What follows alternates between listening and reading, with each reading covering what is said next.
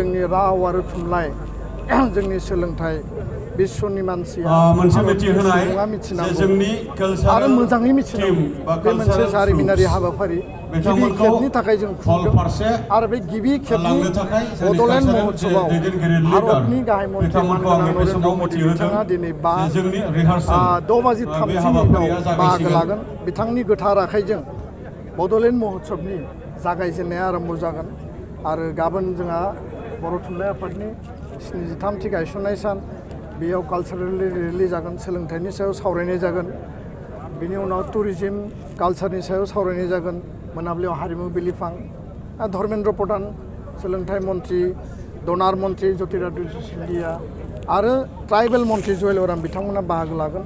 बे मोनसे mega event बड'फानि जि आदर्श बड'फानि जि गेरेमसा माहारि गायसननायनि मोनसे खोन्दो आरो मोनसे चेप्टार हिसाबै बड'लेण्ड महोत्सवनि गेजेरजों नेसनेल आरो इन्टारनेसनेल बर'फोरखौ लानानै जि मोनसे साननाय गाज्रि मोनसे जेब्लायबो जोंखौ नोजोरजों नायो बेखौ जों ट्रान्सफर्म खालामनानै बर' हारिखौ एस्टाब्लिश खालामनानै नेसनेल आरो इन्टारनेसनेल एटेनसन ड्र होनायानो बेबो हारिमु सान्थि आरो राव थुनलाइनि गेजेरजों बेनो बे महोत्सवनि गुबै थांखि।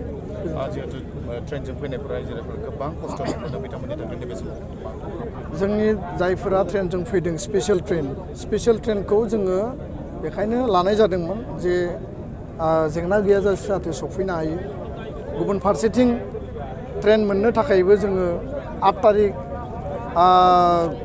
12 तारिखनि फुंनि 8टा बाजियाव ट्रेना स्टार्ट जानांगौ, 11 तारिखनि हरनि 11टा बाजियावसो ट्रेना कनफार्म जादों।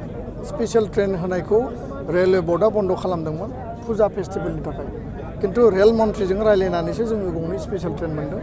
जिहेतु प्रधान मन्त्रिनि हाबाफारि 5000 मानसिया बेयाव बाहागो लागोन, बेखायनो जों स्पेसियेल ट्रेन बानायदों।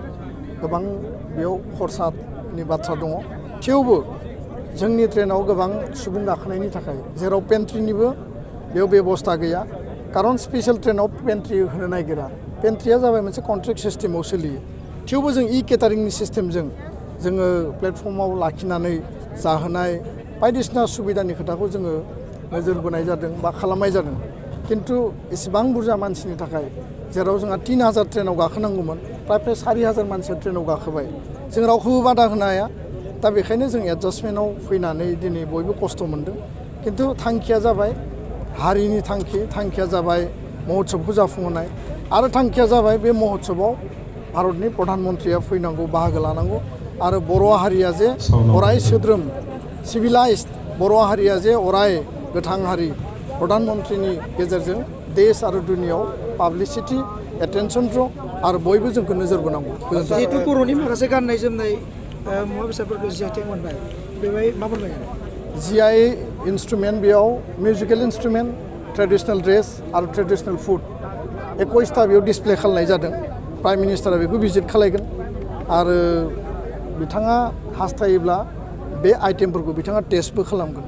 मैया जोङो PMOनि अफिसारफोरजों रायज्लायदों, रायज्लायनानै बेखिनिखौ जों मिथिदों। नरेन्द्र मदिनिफ्राय मा खालामबावगोन नोंथाङा? मदि बिथाङा जोंनि थाखाय मा सान्दों, मा मावनो नागिरदों, गोजोन आरो सान्थि गायसननायाव बिथांनि गोख्रों आरो गोथार आखाइ दङ आरो बेनो जोंनि मोनसे आसा आरो बे गोजोन गायसननायनि गेजेरजों दिनै बर' हारिखौ जोङो बिश्व दरबाराव प्रतिष्ठा खालामनो हागोन आरो बिथाङा जिखिनि बाथ्रा जोंनो होनानै गालांगोन बेनो जोंनि हारि दानायनि माखासे एजेन्डानि थाखाय गोनां बिथिं होननानै जोङो साननानै लागोन। गोजोन्थों।